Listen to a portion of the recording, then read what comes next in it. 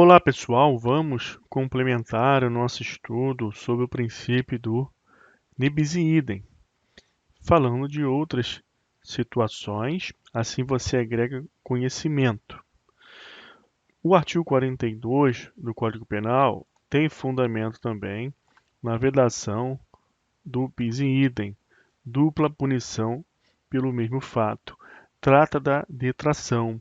Então, se a pessoa cumpre pena provisória, uma prisão preventiva, uma prisão temporária de 5 dias, por exemplo, isso deverá ser abatido da sua condenação definitiva, sob pena de violação do nebis in idem.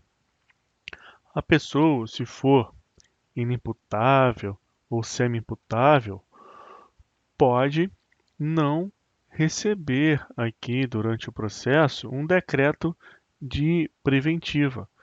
Pode também ficar internada provisoriamente. A internação provisória é aplicada ao inimputável ou semi-imputável nos termos do artigo 319 do CPP, que traz medidas diversas da prisão, medidas cautelares, porque visa a acautelar a idoneidade processual. Então você tem lá a tornezeleira eletrônica, proibição de se aproximar de determinadas pessoas, frequentar determinados lugares, comparecimento periódico em juízo para informar ao juiz o que está fazendo, suas atividades, e também tem a internação provisória para o inimputável ou semi-imputável. Haja vista que estas pessoas, elas não ficam presas. É certo que, nos termos do artigo 26, parágrafo único, o semi-imputável poderá ser preso, mas o juiz vai ter que, na sentença, decidir se receberá uma pena privativa de liberdade ou medida de segurança. Não pode sofrer as duas sanções.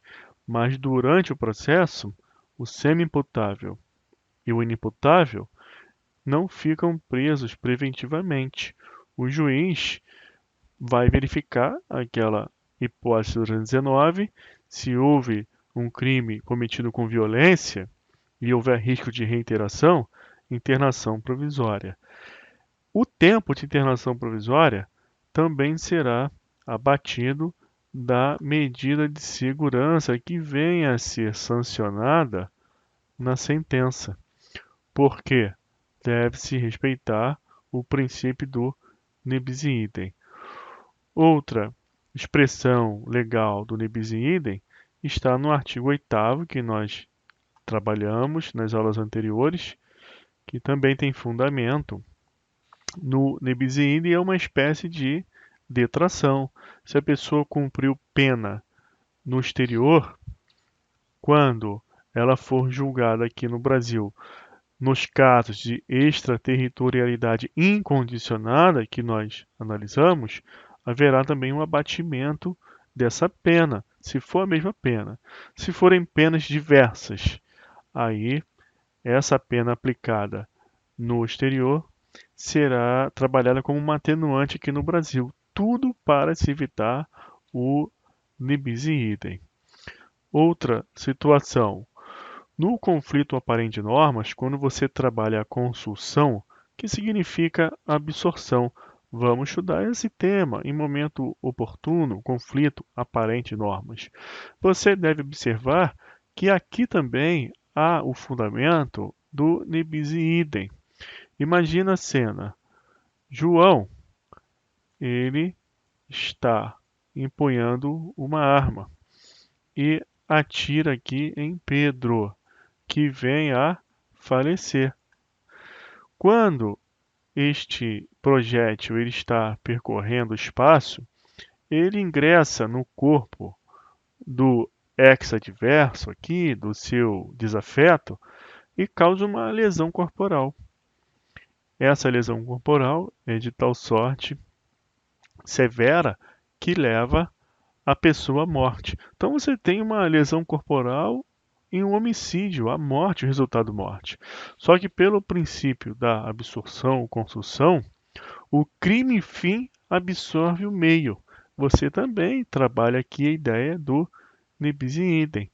A súmula 17 do STJ traz o exemplo e um enunciado sobre o crime de falso no estelionato. Quando o falso se exaure no estelionato, sem mais potencialidade lesiva, é por este absorvido. Então a pessoa falsifica aqui um cheque, uma assinatura aqui no cheque. Quando esse cheque é emitido, ele voltará em razão de divergência de assinatura, você não tem mais potencialidade lesiva nesse falso, acabou ali. Não tem como reapresentar esse cheque, divergência de assinatura. Se você falsifica cartão de crédito, alguma coisa que seja possível praticar diversas infrações penais mediante aquele falso, a potencialidade lesiva ela não vai se exaurir naquele ato praticado. Por quê? Um cartão de crédito, por exemplo, é possível que seja um meio de praticar diversos crimes. O cheque não, devolveu, acabou, por divergência de assinatura. Então, nesse caso aqui da súmula 17, quando o falso se exauriu ali no estelionato, o estelionato é o crime fim e o falso então será absorvido para se evitar o nebis in idem. Quando não há exaurimento da potencialidade lesiva, exemplo que eu dei no caso do cartão de crédito, que você pode praticar várias infrações, aí não há que se falar em violação do nebis in idem quando for penalizar diversas infrações, por conta de que a potencialidade lesiva permitiu diversos outros fins, apesar de existir um crime de igual natureza, crimes de igual natureza, você tem diversos crimes, diversas finalidades. Então você trabalha nessa análise o princípio do nebis in idem. Por isso que lá nas aulas introdutórias eu conversei com vocês sobre a nossa estrutura de estudo, o nosso guia de estudo. Eu falei que nós precisamos estudar também o aspecto normativo da relação jurídica. A gente estuda direito penal focando na relação jurídica do direito penal. Por enquanto, estamos analisando as normas jurídicas penais, princípios mais regras. Vamos exaurir o estudo de princípios e depois vamos partir para o estudo do Código Penal, das regras que guarnecem o Código Penal. Só que você tendo um conhecimento principiológico, você percebe que isso vai irradiar numa melhor compreensão de todas essas regras que você vai estudar. É como se você tivesse melhorado a sua capacidade de compreensão, de entendimento, e estará numa situação melhor do que aquele que não compreendeu os princípios. Então você observa aqui, nesses exemplos, que o princípio do nebis in idem é fundamento de diversas situações. Você passa a olhar os institutos jurídicos, os regramentos, com um outro olhar, um olhar de quem compreende melhor a matéria. Vamos ver uma outra situação. Em litispendência e coisa julgada lá no processo penal. Sabia que também há como fundamentar institutos na vedação ao nebis in idem? Por que que não pode haver litispendência? Duas ações correndo em conjunto em razão dos mesmos fatos imputados a determinada pessoa na esfera penal. Nebis in idem. Ninguém pode ser processado, sofrer ação penal duas vezes, duplamente, pelo mesmo fato.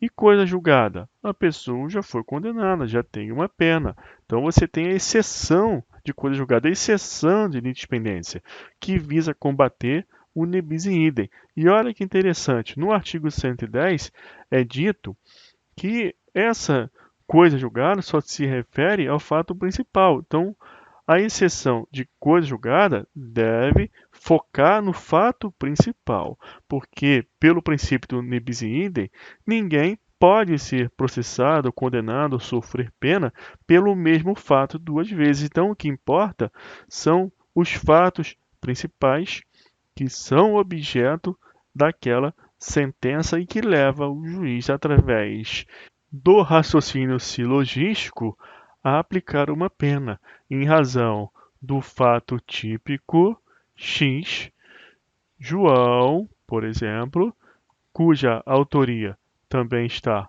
provada, autoria e materialidade, receberá a pena tal nos termos do artigo 59, 68 do Código Penal. O juiz vai trabalhar a primeira, segunda e terceira fase da dosimetria. Então, tudo isso aqui você observa o princípio maior irradiando, ó, ne bis e idem. Então, perceba que tais princípios também são conhecidos como princípios estruturantes do direito, porque você conhecendo o princípio, ou seja, olha, eu quero seguir na minha vida dessa forma, eu acho que isso é certo.